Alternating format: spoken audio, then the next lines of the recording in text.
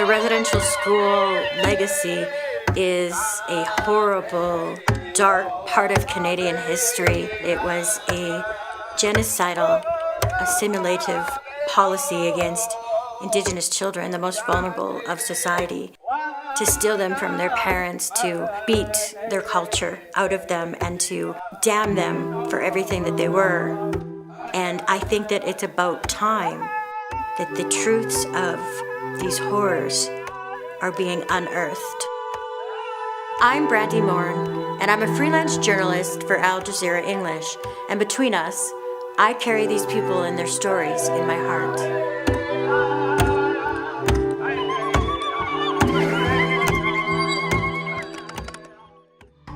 I am from the Michel First Nation. I am Cree, Iroquois, and French. My own Kokum, which is grandmother in Cree, attended residential school. But I would always hear her talk about the convent. And it wasn't until after she passed that I realized that these were actually like concentration camps for Indigenous children. Approximately 150,000 Indigenous children were sent to these institutions, and the goal was to kill the Indian in the child, to strip them of their Indigenous identity. They estimated during the Truth and Reconciliation Commission that there was approximately 4,000 children unaccounted for, but those numbers have gone way up since, and they estimated it could be up to 30,000 now. The Maryville Residential School operated in the Cowessness First Nation in Saskatchewan. They had found the remains of 751 people. I went to Cowessness and I met a survivor from the Maryville Residential School named Barry Kennedy. He was forced to take part in giving the last rites to a schoolmate as they were being buried. And we buried them over there somewhere. And he showed me the spot somewhere in the field over there, he pointed. He shared how he went through sexual abuse and rape and spiritual, mental, verbal, emotional abuse. But he told me to this day he doesn't know how not to be angry or how to heal. And he's a 65-year-old man who broke down in tears, crying as if he was that little boy again, and telling me, how do you heal from this?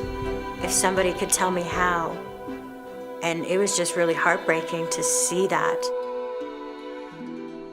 I met another survivor, Ursuline Redward.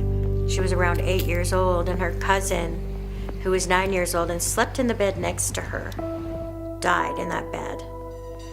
And she said that she got up one morning and the nurses were all ringing their bells for everyone to get up.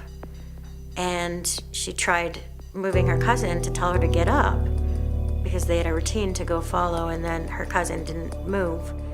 And so she went to go get ready and came back and seen the nurses gathered around her bed, and they took her away. But she said every night after that, I was terrified and slept with the sheets over my head. At the end of May, the Tk'emlúps First Nation announced the discovery of the remains of 215 Indigenous children that died attending the residential school there. And this just sent shockwaves around the world. And there was people from all cultures and backgrounds. There was white families bringing their children there and showing their children and crying with their children. And I've been doing this a long time, and I have never seen our country coming together like that before. And it was really encouraging and really inspiring. The bones of these children were under our feet. And that after all these years, their cries are finally being heard. We also know that reconciliation is not going to happen soon. But we have a generation now that is the first generation to really have not been forced to attend residential schools.